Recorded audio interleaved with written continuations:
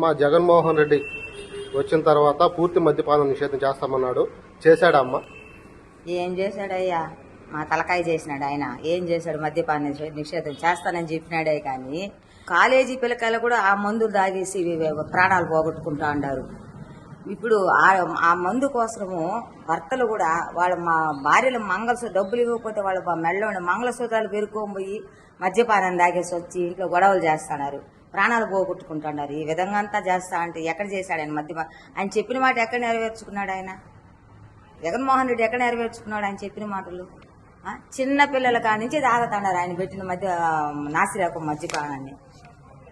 ఇట్లా మహిళలు మంగళసూత్రాలు డబ్బులు లేకపోతే వాళ్ళ భార్య మెడల్లోంచి మంగళసూత్రాలు తెంపుకోబోయి కూడా మద్యపానం చేసి వస్తూ ఉన్నారు. జగన్మోహన్ రెడ్డి ఏం చేశాడనేసి.